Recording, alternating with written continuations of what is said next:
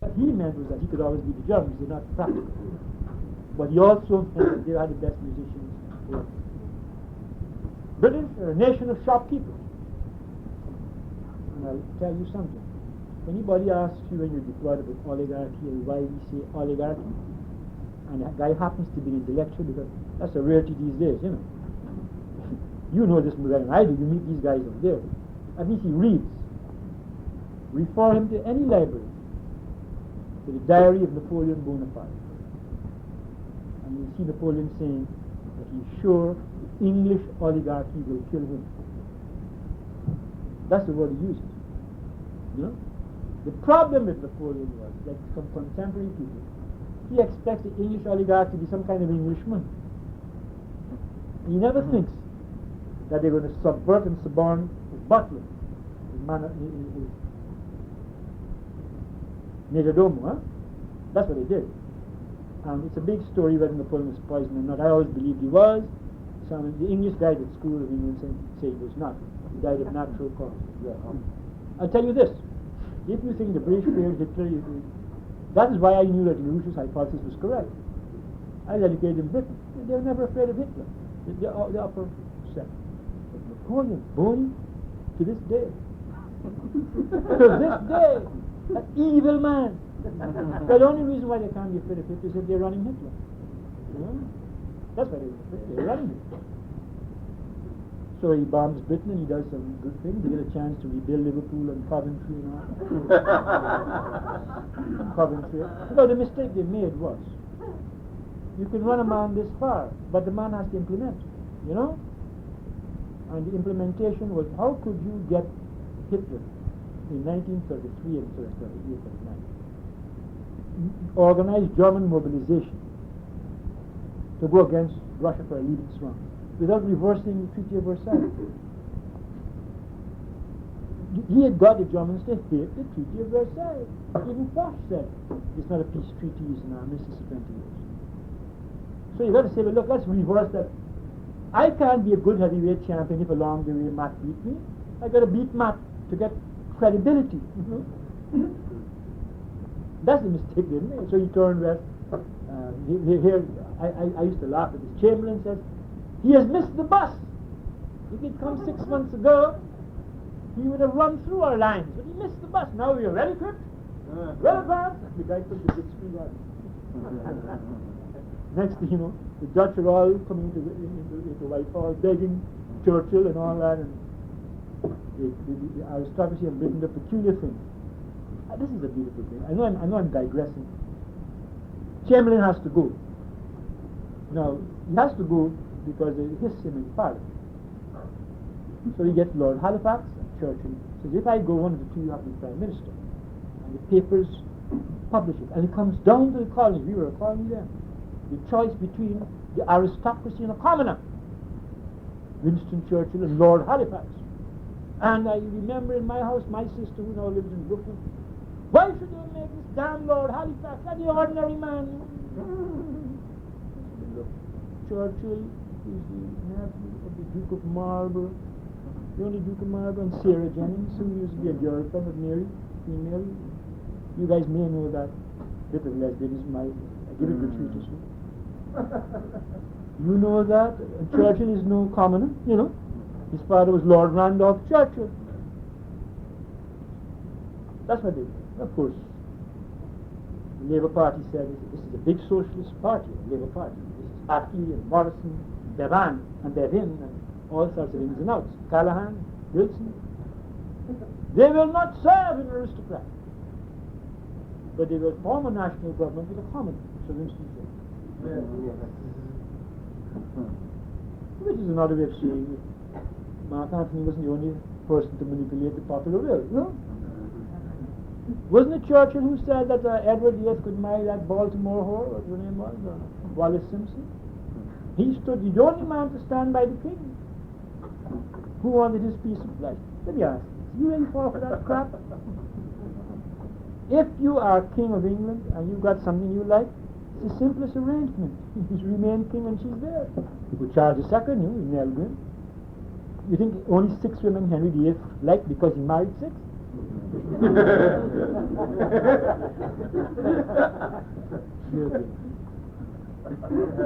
You know, you see, arrangements could be made. You know, arrangements could. You have lots of castles. Let me tell you about Queen Victoria. Prince Albert died. Now, Prince Albert was a raucous, aggressive, fleshy fellow from Saxe-Coburg.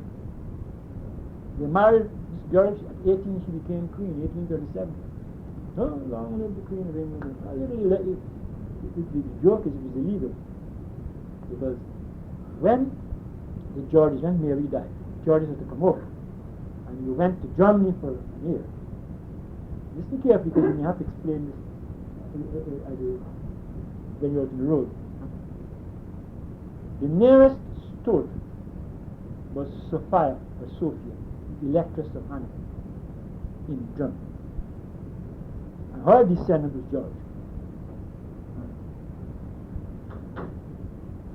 George. Now she wasn't the top dog, but George would be the top dog in Hanover. Came over, he spoke no German. That's how you get a cabinet. Most of the institutions, what I think about the British institutions, you'd be amazed. The British never give up an institution. You always find another reason for it. You know, but it lives, and you know what Burke said. If the thing lived so long, it must have been useful. Must have been a good reason why it was there. I'm not a conservative anymore. But George I came. And 1740, 1727, he did a few things. He was the last English king to fight a war at the head of the army. You know, since this is 1727, 1725, Dettingen in Germany. He stood on. After that, of course, the king stayed home. They don't want to fight, which is reasonable. I didn't expect him to fight. And George II, with Walpole straddled all this. And then George III, 1760 to 1820, he was mad. This is not an allegation. He was certified mad.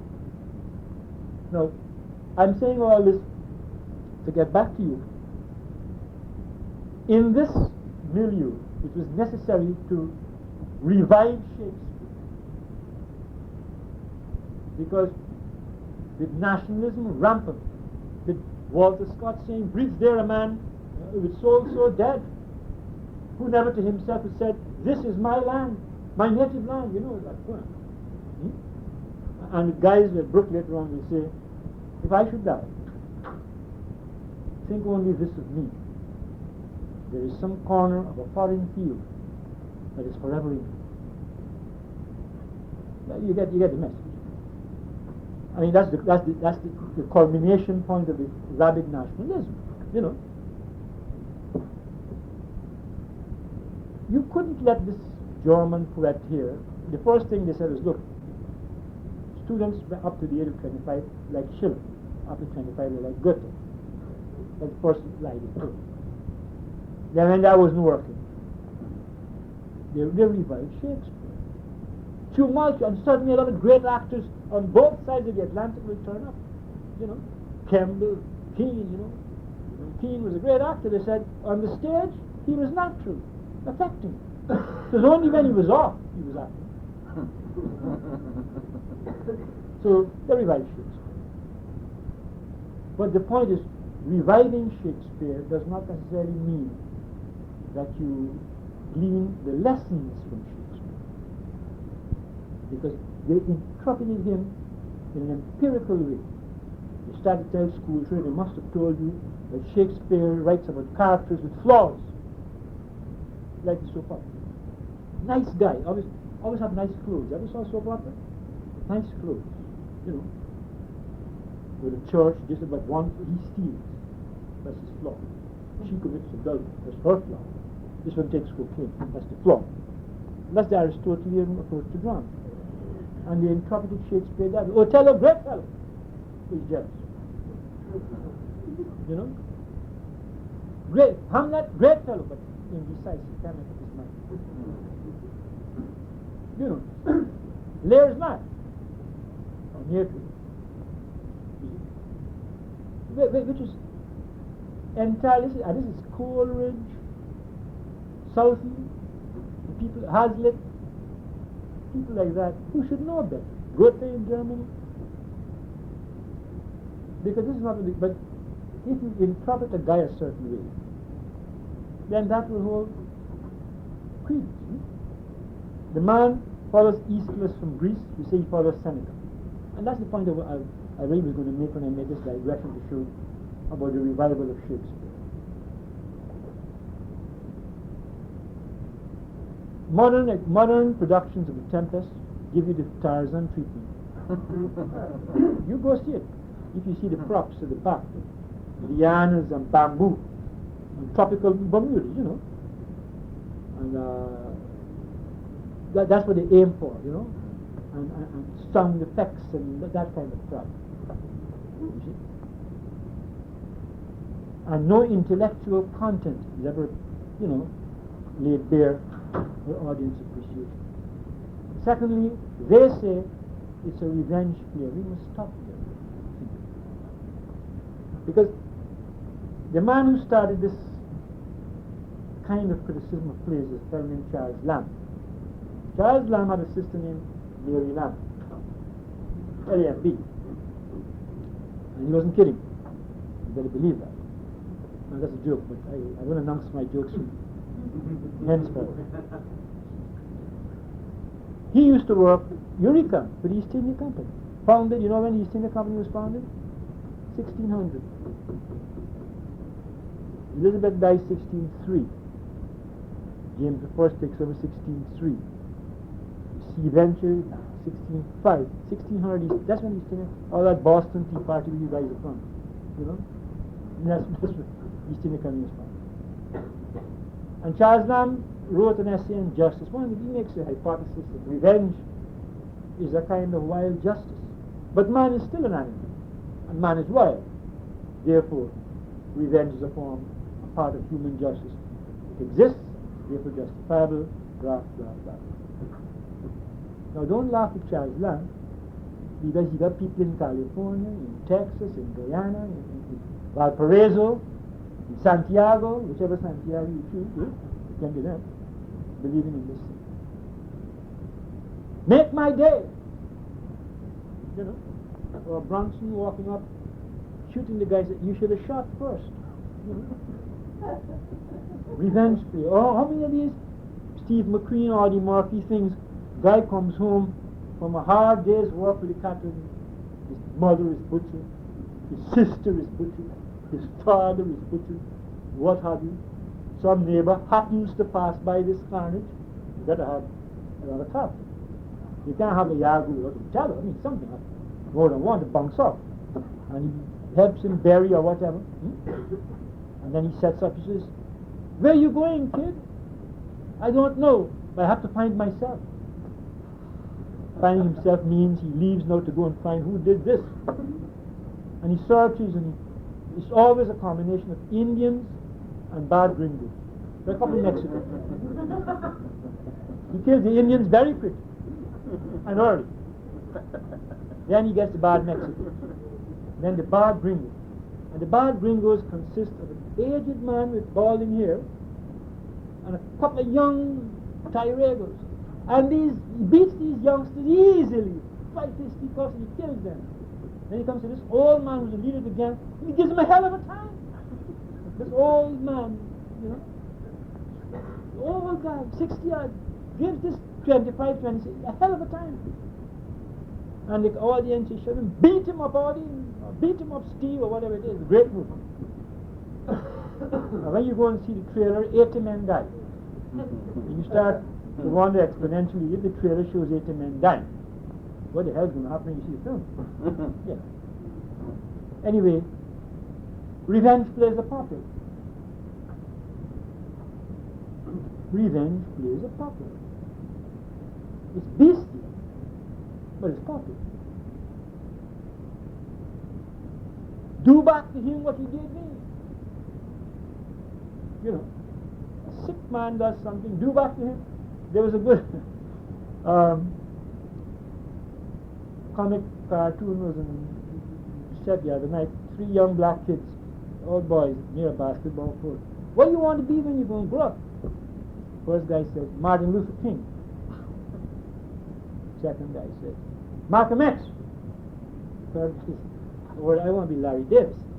You know Larry Davis, the guy who killed the six and shot a chihuahua, fried it and ate it. What? Yeah. In New York. Chihuahua. Fried it after shot and ate it. He's the last of 19 children and he's saying he was the most well behaved. I like these implied, hyperboles. Well, the Tempest is not a revenge play. Nor is Hamlet a revenge. The man does not write revenge plays.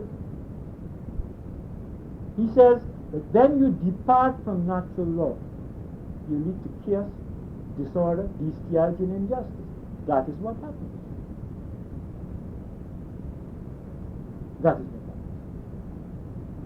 Those who like Hobbes, and that is what you guys are wrestling with out there. See, when I was as young as some of you, the American worldview was not profound, but at least Lockean, which is a sort of minor, a softer form of Hobbes.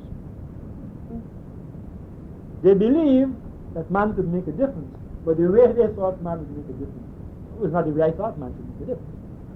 But you guys don't realize the world has changed since Harry Truman.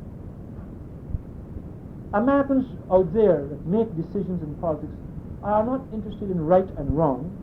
They're interested in advantage. If it can be done, it is right. If you can sell arms to Khomeini and get hostages released, it is right. And if you can charge him a high price and give the money to the countries, it can be done, it is right. That is the morality out there. Hobbes. That's what you deal with. And if you want to understand the enemy in America here, it is incumbent on you to understand Hobbes. The world is a jungle, says the man. And there's a social contract just to hold up the fighting a bit, so you can have some sort of rules, Queensberry rules, but it's still brutality. That is what is out there. It can be done, so it's right. What do you think activates North and Poindexter and people like that? It can be done, so it's right. Without the interposition of any moral equation whatsoever. Technically speaking, you can go there if you're a man and seize all the 15-year-olds and rape them. It's possible. It can be done. But it's right. Statistic of banks. But when you get to that stage where feasibility replaces morality,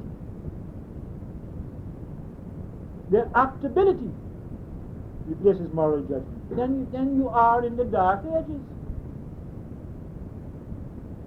Suraj Dowlah in 1757, that is 7 years war, American and Indian war, 1756-63. But he's in India, the British are fighting in India. He gets 126 English people, 125 men and one woman, and locked them up in a small hole with one bit of ventilation in Calcutta. Incident is called the Black Hole of Calcutta. 126. When they opened the door next morning, 23 were alive, 22 men and one woman. But don't get excited. The Englishmen put a woman near the hole. Morality. It could be done. But was it right? It could be done. It is possible to let all those who have AIDS walk about America, San Francisco, wherever they are. But is it right?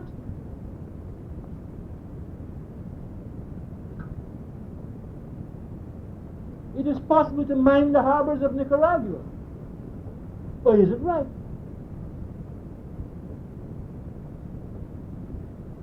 Well, that's what you have to deal with. And that is the ethos around which this play revolves. Secondly, apart from not being a revenge play, this play, I'm supposed to be carrying the bat for when Dennis arrives. He's here? Oh. Want me to go ahead then? These growing feathers plucked from Wills's wing will make him fly an ordinary pitch. Who else would soar above the view or whatever? Oh, Lear did. He deals here, as in King Lear, with the difference between the substance of power and the shadow of power. You have some people, like the shadow of power. I know some good marriages among my friends that exist because the husband is smart enough to let the wife believe she's powerful. Give her the shadow. Don't you think, honey, we should do this? Well, I don't know. I'll tell you what I used to do. My wife, towards the last 3 years of the marriage, was so hostile to me that I would give the negative to get the answer I want.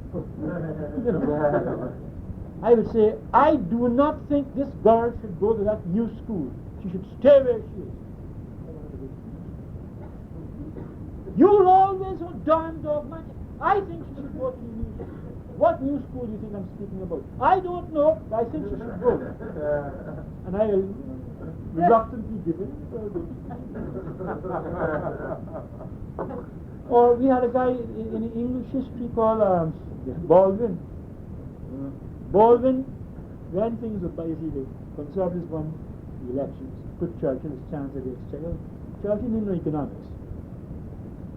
And he said, let us return to the gold standard, which is a stupid thing, you see. Because the conditions in the 1920s weren't the same as the conditions. After the Napoleonic Wars, were big wars, leading to the Congress of Vienna. But the dislocation that they caused weren't like in the 20th century. They didn't destroy production, and factories, and railways, and canals, and, resources. People met in a few battlefields, and, Jena, Austerlitz, you name it, a few battlefields in Waterloo. And everybody went back, drank beer, and that's it. Or as Byron said, on with the dance, let joy beyond confine. Napoleon is raising hell out there. You know the poem, I hope. Battle of Waterloo. On with the dance, let joy beyond confine. Nobody said they do any confined joy, but that's another story. So Churchill was there returning to the gold standard. That and other reasons, many other reasons, led to this crash.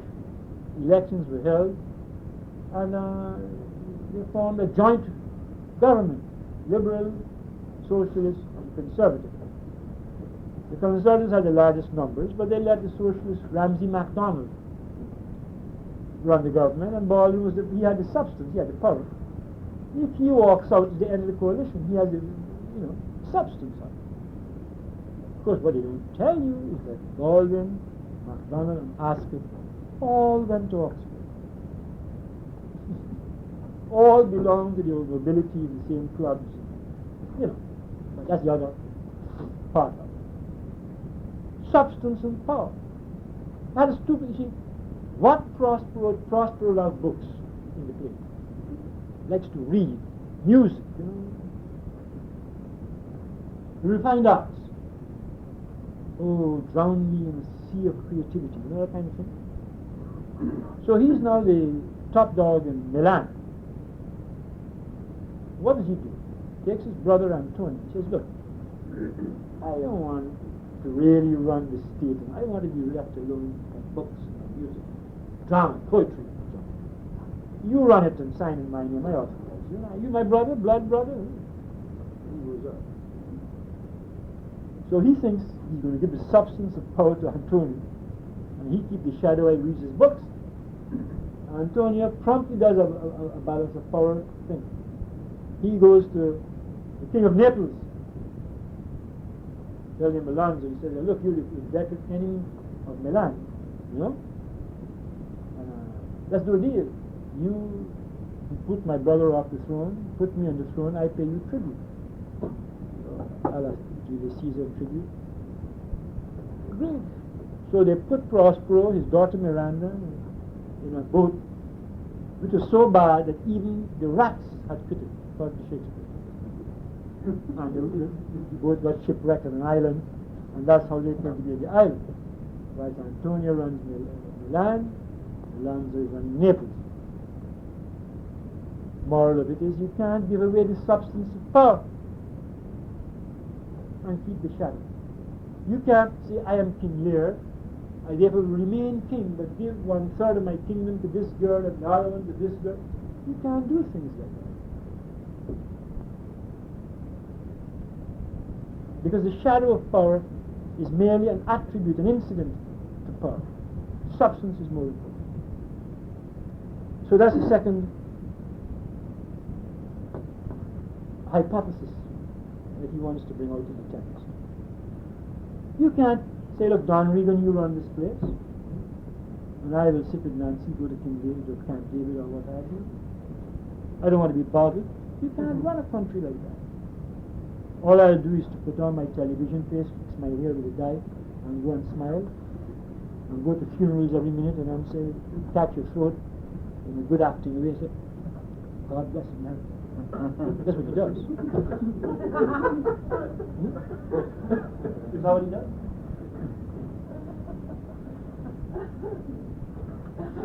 Because the maxim is delegatus non potest delegare. A delegate cannot redelegate. The people delegate power to a president. He cannot redelegate it to Don Regan. That's the maxim. If the people wanted Don Regan to run the country with Oliver North and Poindexter, they would have elected them to run it.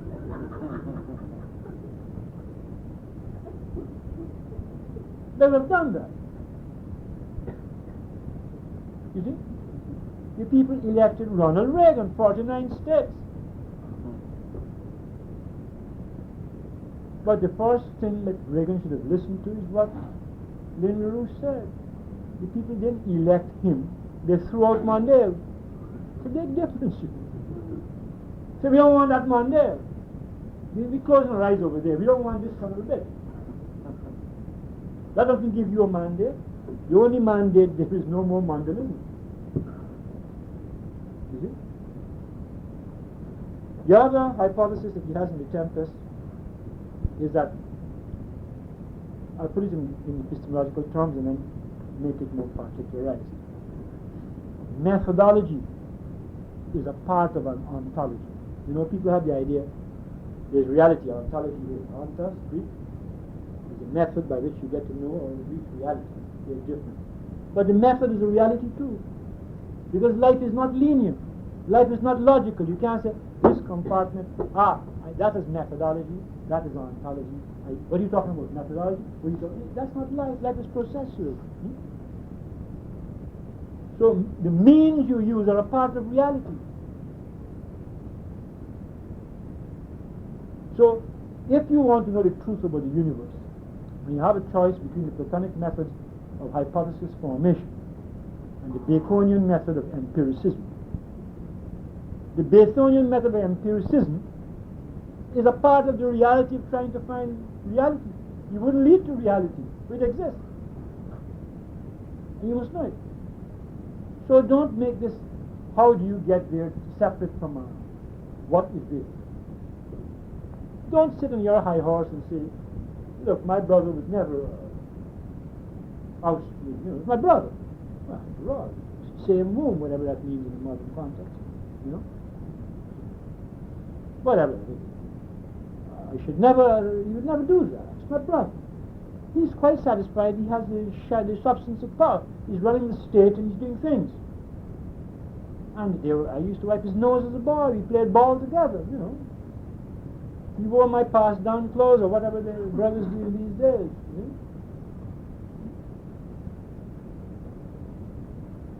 Because you're ignoring the... And in any case, he can't use the state against me because I am the state. There